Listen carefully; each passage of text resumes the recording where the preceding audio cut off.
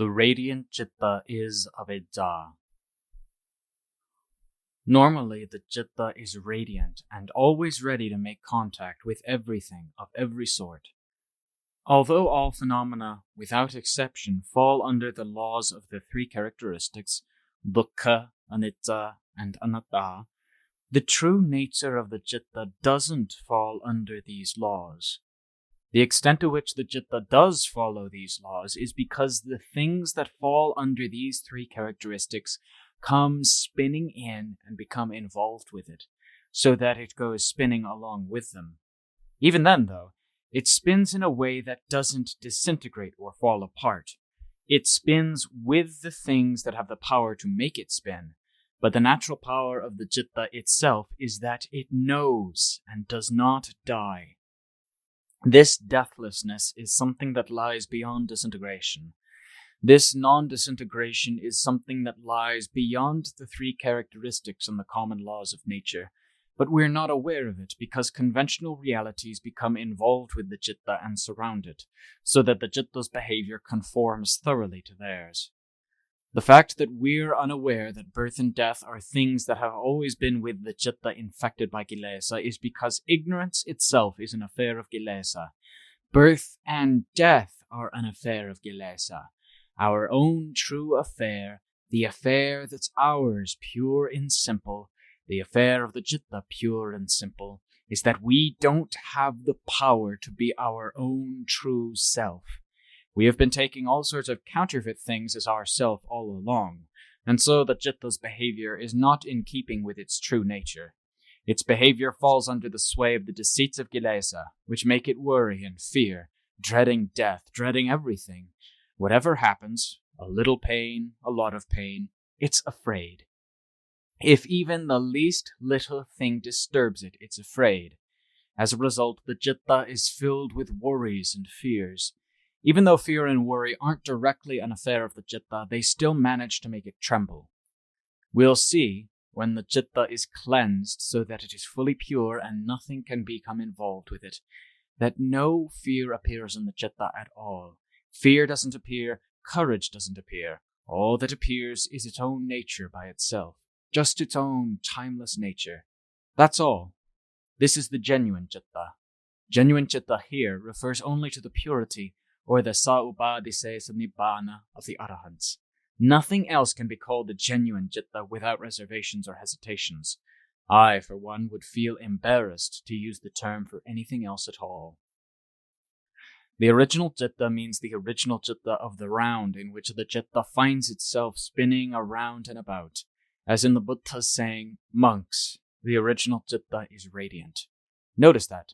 But because of the admixture of Kilesas, or because of the Kilesas that come passing through, it becomes darkened. The original Citta here refers to the origin of conventional realities, not to the origin of purity.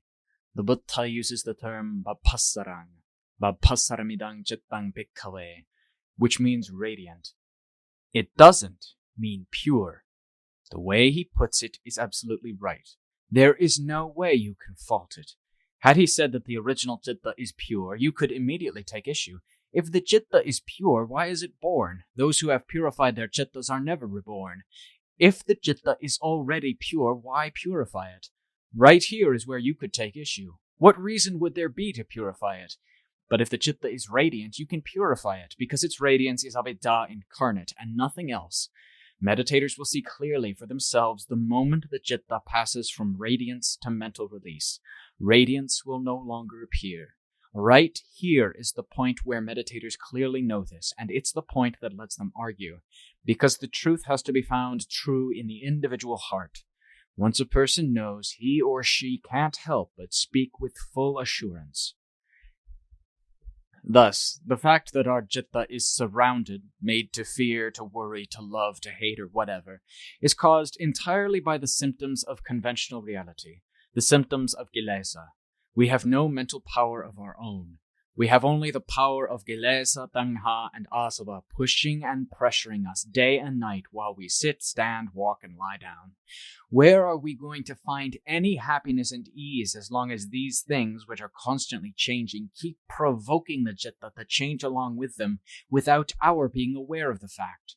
There can be no ease in this world, none at all, until these things can be completely eradicated from the heart. Until then, we can have no secure ease and relief in any way. We can only shift and change about, or lean this way and that, depending on how much we're provoked by the things that come and involve us. This is why the Buddha teaches us to cleanse the Citta, which is the same thing as cleansing ourselves of suffering. There is no one who has genuinely penetrated the principles of the truth like the Lord Buddha.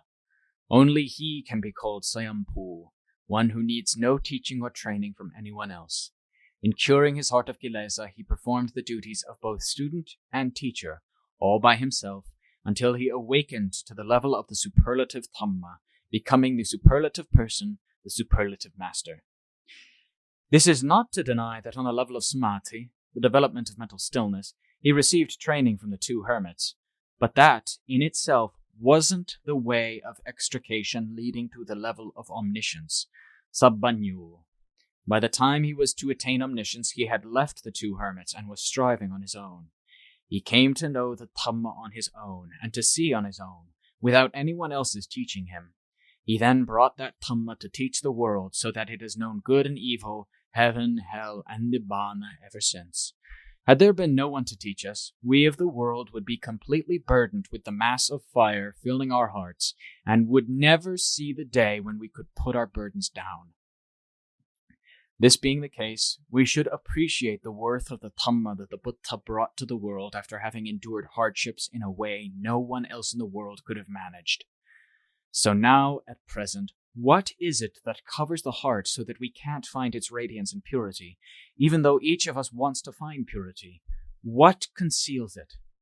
To answer in terms of natural principles, we should start with the 5 khandhas. As for the Citta of Avijja, we can save that for later. Let's just start out with what's really obvious, the 5 khandhas and their companions, sight, sounds, smells, tastes, and tactile sensations. These make contact with the eye, ear, nose, tongue, and body, and then link up with the Citta, forming the basis for this assumption and that. The Citta then takes the objects that have come passing by and uses them to bind itself, entangle itself, or encircle itself, so that it is completely darkened with love, hate, anger, and all sorts of other states, all of which come from the things I have mentioned. But what lies buried deep is our belief that the khandhas form ourself. From time immemorial, whatever our language, whatever our race, even when we are common animals, we have to believe that these things are us, are ours, that they are a being, the self of a being, our own self. If we become deities, we believe that our divine bodies are ours. If we become hungry ghosts or whatever, the things we dwell in, gross bodies or refined, we take to be us or ours. Even when we become human beings and begin to have some sense of good and evil, we still have to believe that this is us or this is ours. Of the 5 khandhas, the body, rupa, is us. Vedana, sanya, sankhara, and vijnana are us, are ours. These assumptions lie buried deep within us. The Buddha thus teaches us to investigate. We investigate these things so as to see their truth clearly, and then to uproot our mistaken assumptions and attachments that they are the self. We do this for the sake of freedom and for nothing else. If we look at these things in their normal state, we might wonder why we should investigate them. Sights are simply sights. Sounds are sounds. Smells, smells. Tastes, tastes. Tactile sensations are simply natural phenomena, as they've always been. They've never announced that they are our enemies, so why investigate them? We investigate them to know the truth of each one of them as it actually is, to realize our own delusions by means of this investigation, and to extricate ourselves from them through knowledge. For the fact that the Citta lays claim to the khandhas as itself, as belonging to itself, is because of delusion and nothing else. Once we have investigated and clearly understood what these things are, the Citta withdraws inwardly through knowledge, understanding, and panya, with no more concern for these things. We investigate whichever khandha is most prominent. We needn't conjecture or speculate about the fact that we haven't contemplated the 5 khandhas in their entirety, or each khandha in turn. We needn't conjecture at all. All we need to do is to see which khandha is prominent and merits investigation at the moment, which khandha we feel best suited to handle, and then investigate and explore so that it becomes clear. Take, for instance, the body, whichever aspect of the body is most prominent in your awareness, the aspect that has you most interested, that you want most to investigate. Latch onto that spot and focus on examining it so as to see its truth in terms of the question, what is dukkha? In the texts, we are told that dukkha means unendurability, but this doesn't sit well with my own crass tastes, which is why, one man's meat being another man's poison, I prefer to translate dukkha as a constant squeeze. This is more in keeping with my tastes, which are very crude. For example, the phrase yammitsang nalapatitam vidukkhang is right in line with my translation. In other words, not attaining what is desired is dukkha. How is it dukkha? In that it puts a squeeze on us or makes us uncomfortable. If we don't get what we want, we're uncomfortable. Even if we get what we want, but then lose it, we suffer dukkha. Dukkha in this sense fits the translation, a squeeze. This squeeze is what's meant by dukkha or unendurability. If it can't endure, let it go its own way. Why mess with it? Actually, no matter which khandha, no matter which of the 3 characteristics, the citta is the one at fault for getting attached, which is why we have to examine the khandhas until we have them clear. Whatever aspect of the body, look so as to see it clearly. If we are not yet clear about the filthiness in our physical heap, we can look at the charnel ground within us so as to see it clearly. When we're told to visit the charnel ground, this is where we make our visit. Even if we visit a charnel ground outside, the purpose is to reflect inwardly on the inner charnel ground, our own body. As for the external charnel ground, in the days of the Buddha, it was a place where corpses were scattered all over the place. The dead were hardly ever buried or cremated as they are today. So the Buddha taught monks to visit the charnel ground, where old corpses and new were scattered everywhere. He also gave detailed instructions as to the direction from which to enter, in keeping with his sharp intelligence as a self-dependent Buddha, the teacher of the world. He said to approach from the upwind side and not from the downwind side. Otherwise, the stench of the various corpses would be bad for your health. When you encounter corpses in this way, how do you feel? Look at the different types of corpses. How do you feel?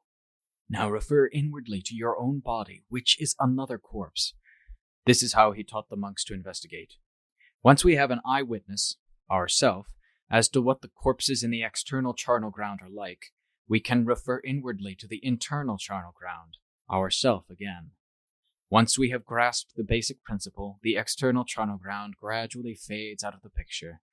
Instead, we investigate our internal charnel ground so that it becomes gradually more and more clear. In other words, we see how this body is a well of filth, repulsive, something that constantly has to be washed, bathed, and cleaned. Is there anything that, once it has become involved with any part of the body, remains clean? Even the food we eat, once we consume it, becomes filthy from the moment it enters the mouth and passes on down. Our clothing is also dirty. It has to be washed and laundered. A lot of fuss and bother. The same holds true for our homes. They constantly have to be cleaned, scrubbed, dusted, and swept. Otherwise, they turn into another charnel ground because of the filth and the smell. Everywhere, wherever human beings live, has to be cleaned, because human beings are filthy. And since our bodies are already filthy, everything that comes into contact with them becomes filthy. Even food, delicious, inviting, appealing food, once it becomes mixed with the filth in the body, such as saliva, becomes filthy as well. If you took food of various kinds into your mouth and then spit it out, there'd be no way you could take it back in again. It'd be too disgusting, revolting. Why? Because the body is filthy by its very nature, and so whatever becomes involved with the body becomes filthy as well. To contemplate in this way is called investigating the charnel ground, or investigating the theme of loathsomeness. So, focus in on seeing its inherent nature. Look at every facet in whichever way comes most naturally to you. When you've examined one spot, your knowledge gradually seeps into the next spot and the next.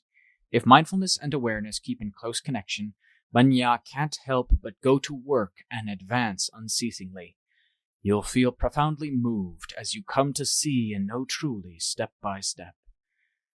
This is Banya on the first level of investigation. Once you've investigated filthiness, you then investigate the process of change in the body. In other words, filth is in this body. Dry corpses, fresh corpses, raw corpses, cooked corpses, all kinds of corpses are gathered together in this body. But I've never heard the place where they are barbecued, roasted, and stewed called a crematorium. Instead, it's called a kitchen. But actually, that's what it is, a crematorium for animals. And then they're all buried here in this stomach, this grave.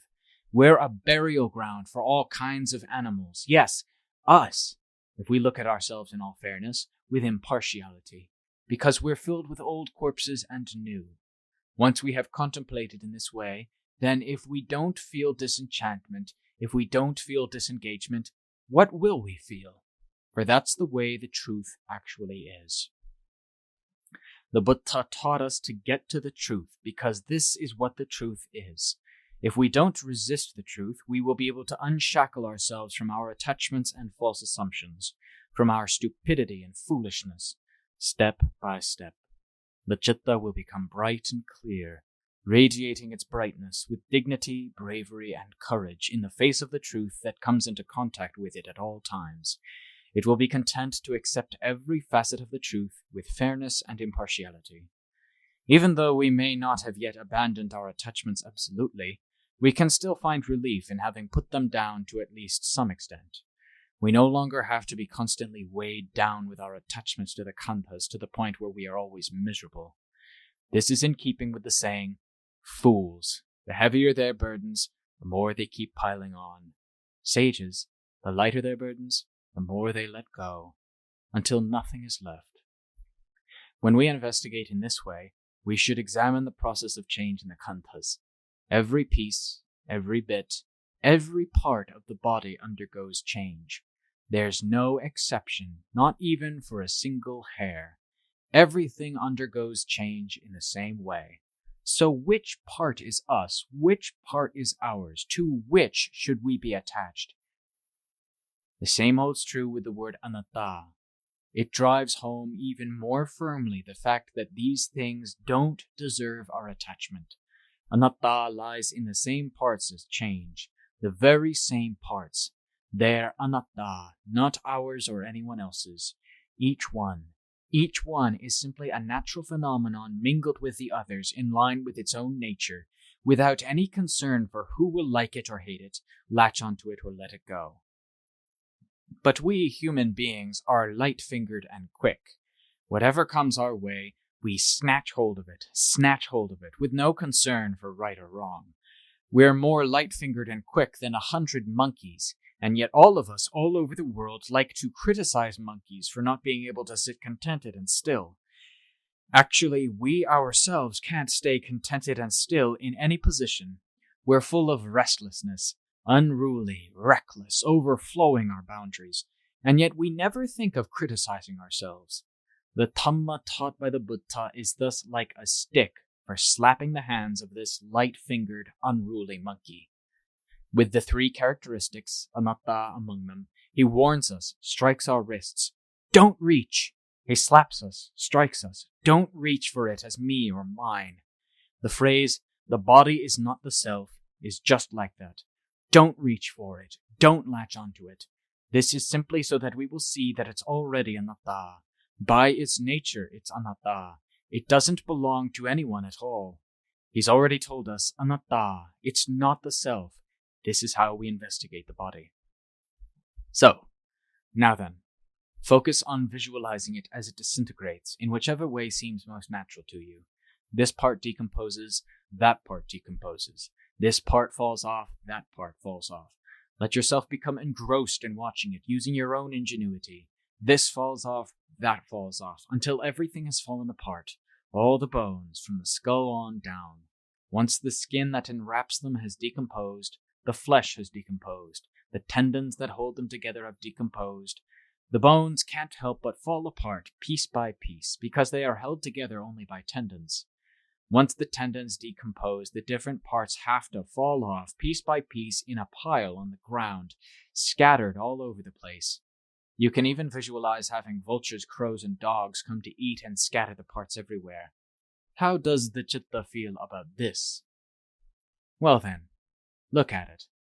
Visualize the liquid parts seeping into the earth and evaporating into the air, then drying away until they no longer appear. The solid parts, once they've dried, return to the earth from which they came. Earth returns to earth, water to water, wind to wind. Penetrate down into any of four elements, earth, water, wind, or fire, because each gives clear evidence of the noble truths. We don't have to think that we've examined earth clearly, but this element or that element isn't clear. We needn't think that way at all.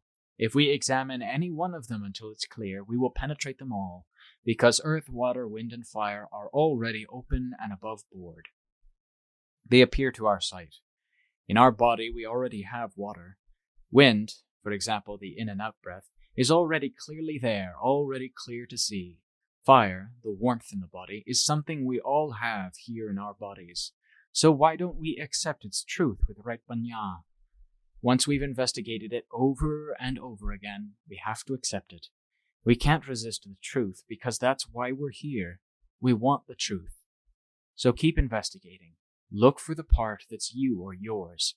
Look for it. There isn't any. Not a one. The whole thing originally belongs to them, to earth, water, wind, and fire. It already belongs to the different elements. Now, when you look in this manner, the Citta can settle down and grow still. At the same time, these aren't preoccupations that will make the Citta proud, conceited, or unruly. Rather, they are themes that calm the heart, which is why the Buddha taught us to investigate them repeatedly until we understand and become adept at them. When the Citta sees clearly with its own panya, it can't help but withdraw into stillness, firmly centered within, letting go of all its cares. This is one level in the investigation of the khandhas. Now, for the next step, investigate feelings of pain, especially when you are ill or have been sitting in meditation for a long time and severe pain arises. Take it on right there. A warrior has to fight when the enemy appears. If there's no enemy, how can you call him a warrior? And what's the enemy? Feelings of pain, the enemy of the heart. When you're ill, where does it hurt? There, you have your enemy. If you're a warrior, how can you run away and hide? You have to fight until you gain knowledge and then use that knowledge to come out victorious. So, what does the pain come from? From the time we were born until we first sat in meditation, it wasn't there. Before we first became ill, it didn't appear. It appears only now that we're ill. Before that, where was it hiding? If it's really us, our Citta should have been aware of it at all times. So why hasn't this kind of pain appeared at all times? Why is it appearing now? If the pain is us, then when it vanishes, why doesn't the Citta vanish with it? If they're really one and the same thing, they have to vanish together. The pain should appear as long as the Citta is aware. If they're one and the same thing, the pain shouldn't vanish. You have to look and investigate until this is clear. At the same time, analyze the body when the pain arises. When, for example, your legs ache or when this or that bone hurts. Fix your attention on the bone if the bone is really hurting. Is the bone the pain? Ask yourself, and whatever you're asking about, focus your attention right there. Don't ask in the abstract or absent-mindedly.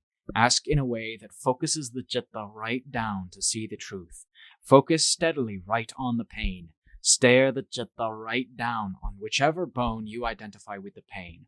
Look carefully to see, is this bone the pain? Fix your attention there. Really observe with your own panya. If this bone is really the pain, then when the pain vanishes, why doesn't the bone vanish with it? If they really are one and the same thing, then when the pain vanishes, the bone should vanish too. It shouldn't remain. But look, when the disease goes away, or when we get up from sitting in meditation, the really severe pain vanishes, the dukkha vanishes. So if they are one and the same thing, why doesn't the bone vanish as well? This shows that they aren't one and the same. The feeling isn't the same as the body isn't the same as the feeling. Similarly, the body and the citta aren't one and the same. Each has its own separate reality. Distinguish them so as to see them clearly in line with this truth, and you'll understand their true nature through panya, with no doubts at all. Feeling will appear in its true nature. Ultimately, the investigation will come circling into the citta. The pain will gradually shrink into itself, away from the citta's assumptions. In other words, you will see that the citta is the culprit, the citta is the instigator. The physical pain will gradually subside and fade away. The body will simply be there as the body, with the same reality it had before the pain appeared. And now that the pain has vanished, the flesh, skin, tendon, bone, or whatever part you have identified as the pain will maintain its reality in the same way. It isn't the pain. The body is the body, the feeling is the feeling, the citta is the citta. Fix your attention on seeing them clearly. Once the citta has penetrated to the truth, the pain will disappear. This is one result. Another result is that even if the pain doesn't vanish, here I'm referring to the physical pain, still it can't have any impact on the heart and citta. Ultimately, the citta is serene, secure, and majestic, there in the midst of the physical pain. No matter which part of the body you say is pained, even if it's the whole body at once, the citta isn't disturbed or agitated in any way. It's relaxed and at ease, because it has seen with panya right through the pain appearing at the moment. This is another sort of result that comes from investigating pain. When investigating pain, then the greater the pain, the more important it is that your mindfulness and panya not retreat. They have to keep advancing so as to know the truth. You needn't aim at making the pain vanish, because such a desire would simply enhance the pain and make it more and more severe. Actually, you're making an investigation simply to see the truth. Whether or not the pain vanishes, know the truth that is the pain or gives rise to the pain by seeing through it with your own panya. That's enough. Fix your attention there, and these things will keep appearing and disappearing there in the khandhas. The body appears for a certain period and then disintegrates in what we call death. As for feelings of pain, they appear 100 times in a single day and then disappear 100 times, 1,000 times as well. What's lasting about them? This is the kind of truth they are. Get so you clearly know with panya the truth of painful feelings as they appear. Don't retreat or let the citta wander adrift. What is sanya defining at the moment? Sanya is the important instigator. As soon as sankhara fashions anything, blip, sanya latches right onto it and defines it as being this, defines it as being that, stirring things all up. When we talk about the things that create havoc, provoking this issue and that, we're referring to these characters, sankharas and sanyas, that define things and stamp meanings on them.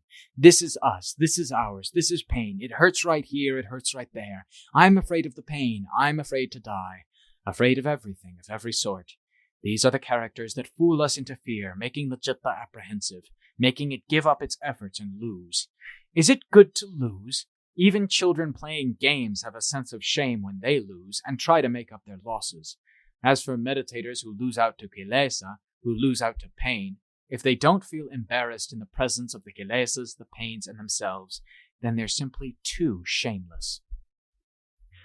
Know that Vedana, Sanya, Sankhara, and Vijnana are simply individual conditions displayed by the citta.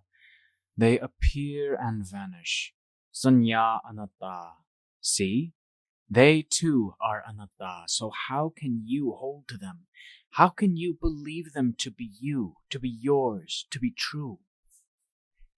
Keep track of them so that you can know them clearly with mindfulness and panya, audacious, undaunted, diamond-hearted, decisive in the face of kilesa and pain of every sort.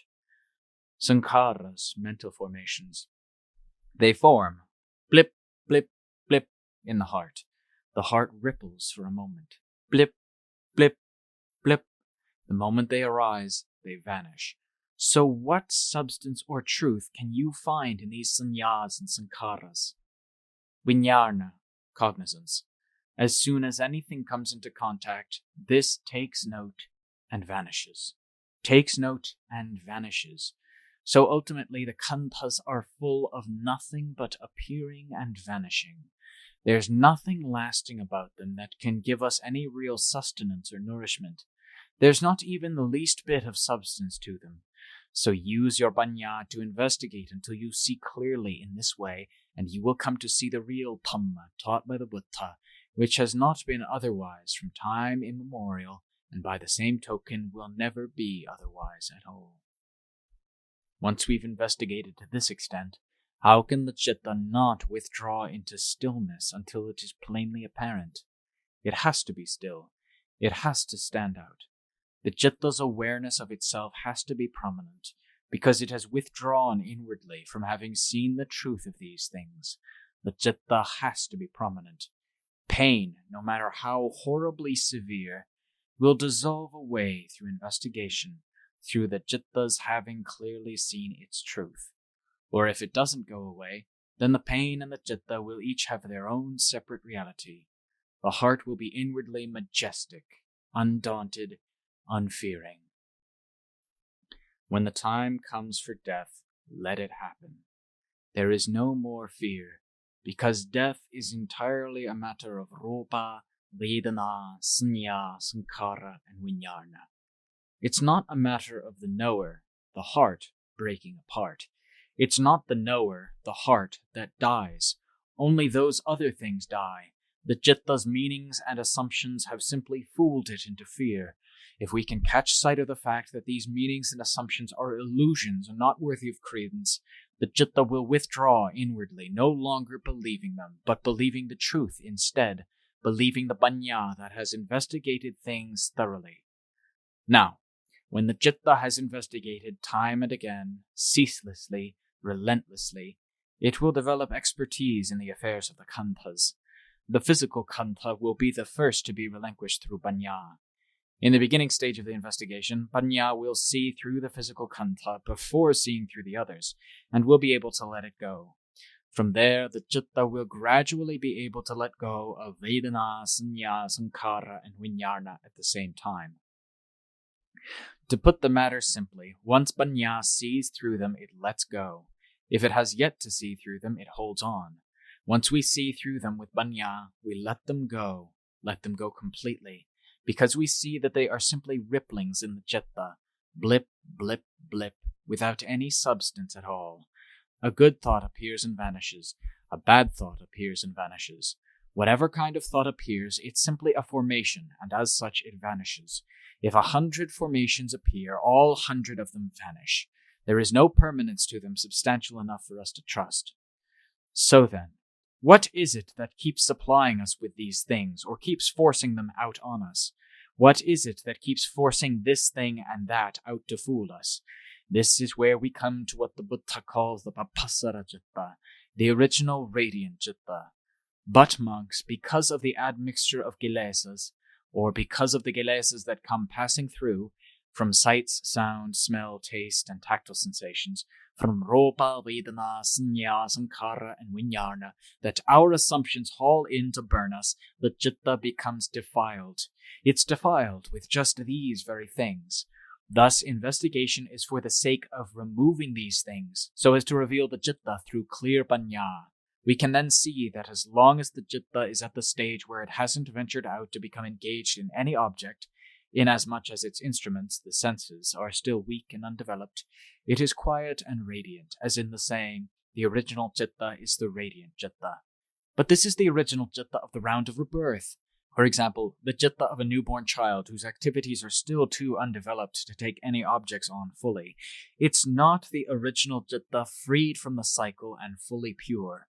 So while we investigate around us, stage by stage, the symptoms of kilesa that used to run all over the place will be gathered into this single point, becoming a radiance within the Citta. And this radiance, even the tools of super mindfulness and super panya will have to fall for it when they first meet with it, because it's something we have never seen before, never met before, from the beginning of our practice or from the day of our birth. We thus become awed and amazed. It seems for the moment that nothing can compare to it in magnificence. And why shouldn't it be magnificent? It has been the king of the round of rebirth in all three worlds, the world of sensuality, the world of form, and the world of formlessness, since way back when, for countless aeons. It's the one who has wielded power over the Citta and ruled the Citta all along. As long as the Citta doesn't possess the mindfulness and Vanya to pull itself out from under this power, how can it not be magnificent? This is why it has been able to drive the Citta into experiencing birth on various levels without limit, independence on the fruits of the different actions it has performed under the orders of the ephemeral Kilesas. The fact that living beings wander and stray, taking birth and dying unceasingly, is because this nature leads them to do so. This being the case, we have to investigate it so as to see it plainly. Actually, radiance and Kilesa are two sides of the same coin because they are both conventional realities. The radiance that comes from the convergence of the various Kilesas will form a point, a center, so that we can clearly perceive that this is the center of the radiance. When any Kilesa appears in correspondence with that state or level of the Citta, a very refined dukkha will arise in the center we call radiant. Thus, radiance, Kilesa, and dukkha, all three are companions. They go together. For this reason, the Citta possessing this radiance must worry over it, guard it, protect it, maintain it, for fear that something may come to disturb it, jar it, obscure its radiance. Even the most refined adulteration is still an affair of Kilesa, about which we as meditators should not be complacent. We must investigate it with unflagging manya. In order to cut through the burden of your concerns once and for all, you should ask yourself, what is this radiance? Fix your attention on it until you know. There's no need to fear that once this radiance is destroyed, the real you will be destroyed along with it. Focus your investigation right at that center to see clearly that this radiance has the characteristics of anicca, dukkha, and anatta, just like all the other phenomena you have already examined. It's not different in any way aside from the difference in its subtlety. Thus, nothing should be taken for granted. If anything has the nature of conventional reality, let Banya slash away at it. Focus right down on the Citta itself. All the really counterfeit things lie in the Citta. This radiance is the ultimate counterfeit, and at that moment it's the most conspicuous point. You hardly want to touch it at all, because you love it and cherish it more than anything else. In the entire body there is nothing more outstanding than this radiance, which is why you are so amazed at it, love it, cherish it, dawdle over it, want nothing to touch it. But it's the enemy king, Avijja. Have you ever seen it? If you haven't, then when you reach this stage in your practice, you'll fall for it of your own accord, and then you'll know it of your own accord. No one will have to tell you when mindfulness and Banya are ready. It's called Avijja. Right here is the true Avijja.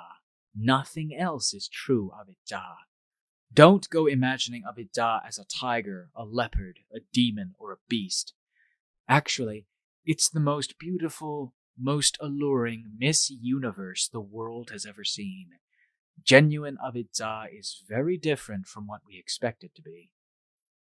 When we reach genuine Avijja, we don't know what Avijja is, and so we get stuck right there. If there's no one to advise us, no one to suggest an approach, we are sure to stay stuck there a long time before we can understand and work ourselves free. But if there is someone to suggest an approach, we can begin to understand it and strike right at that center without trusting it, by investigating it in the same way we have dealt with all other phenomena. Once we've investigated it with sharp Banya until we know it clearly, this phenomenon will dissolve away in a completely unexpected way. At the same time, you could call it awakening, or closing down the cemeteries of the round of rebirth, the round of the Citta, under the shade of the Bodhi tree. Once this phenomenon has dissolved away, something even more amazing that has been concealed by Avijja will be revealed in all its fullness. This is what is said to be like the quaking of the cosmos within the heart. This is a very crucial mental moment, when the heart breaks away from conventions. This moment, when release and conventional reality break away from each other, is more awesome than can be expressed. The phrase, the path of arahantship giving way to the fruition of arahantship, refers to precisely this mental moment, the moment in which Avijja vanishes. As we are taught, when the path is fully developed, it steps onward to the fruition of arahantship, which is the Dhamma, the Citta, at its most complete. From that moment on, there are no more problems. The phrase, the one Nibbana, is fully realized in this heart in the moment Avijja is dissolving. We are taught that this is the moment when the path and the fruition, which are a pair, come together and meet. If we were to make a comparison with climbing the stairs to a house, one foot is on the last step, the other foot is on the floor of the house. We haven't yet reached the house with both feet. When both feet are on the floor of the house, we've reached the house. As for the Citta, it is said to reach the Dhamma, or to attain the ultimate Dhamma, and from the moment of attainment it's called the one Nibbana. In other words, the Citta is completely free. It displays no further activity for the removal of kilesa. This is called the one Nibbana. If you want, you can call it the fruition of arahantship, for at this stage there are no more kilesas to quibble. Or you can call it the one Nibbana. But if you want to give it the conventional meaning most appropriate to the actual principle, so that nothing is deficient in conventional terms, you have to say the one Nibbana so as to be completely fitting with conventional reality and release in the final phase of wiping out the cemeteries of the Citta of Avijja. The Buddha taught, Natti sande parang sukhang. There is no ease other than peace. This refers to the stage of those who have no more kilesas, who have attained Saupadhisesa Nibbana alive, such as the Arahants. To practice the religion means to attend to your own heart. Who is it that suffers pain and difficulty?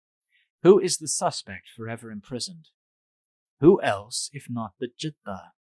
And who has it imprisoned, if not all the kilesas and asava? To deal with the situation, you have to deal directly with the enemies of the heart using your panya, for only sharp panya is capable of dealing with the kilesas until they dissolve away of their own accord, as I have already mentioned. From that point on, there are no more problems. As for Rupa, Vedana, Sanya, Sankhara, and Vijnana, they're simply conditions, just conditions, no longer capable of affecting or provoking the Citta. The same with sights, sounds, smells, tastes, and tactile sensations. Each has its separate reality. To each one we say if it exists, it exists. If not, no matter. The only problem has been the Citta that makes assumptions through its own stupidity. Once it gains enough intelligence, it becomes real. All phenomena within and without are real. Each has its own separate reality, with no more of the conflicts or issues that used to occur. When we reach the stage where each has its own separate reality, we can say that the war between the Citta and kilesa is over. When the time comes to part, we part. If not, we live together like everyone else in the world, but we don't take issue with each other like everyone else in the world, because we've made our investigation. If the words anicca, dukkha, and anatta don't refer to the khandhas for which we are responsible, what do they refer to? So now we have completed our studies, our study of the three characteristics, the lakkhana, rather than of the three divisions, the Bertika, of the Pali Canon. Although actually the three divisions are nothing other than the three characteristics, in that the three divisions are a description of the three characteristics throughout. Anicca, the process of change. Dukkha, anatta, the khandhas are not us while we are living. So when we die, what is there to latch on to? When you see the truth in this way, you don't worry or feel apprehensive over the life or death of the khandhas.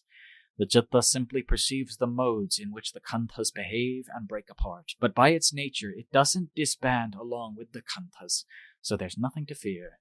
If death comes, you don't try to prevent it. If life continues, you don't try to prevent it, for each is a truth. In completing your study of death, you become the ultimate person, the ultimate you. When you have completed your study of death, you don't fear death. If life continues, let it continue. If death comes, let it die. You don't tremble over the truths of which the heart is fully aware at all times. So, that's enough for now.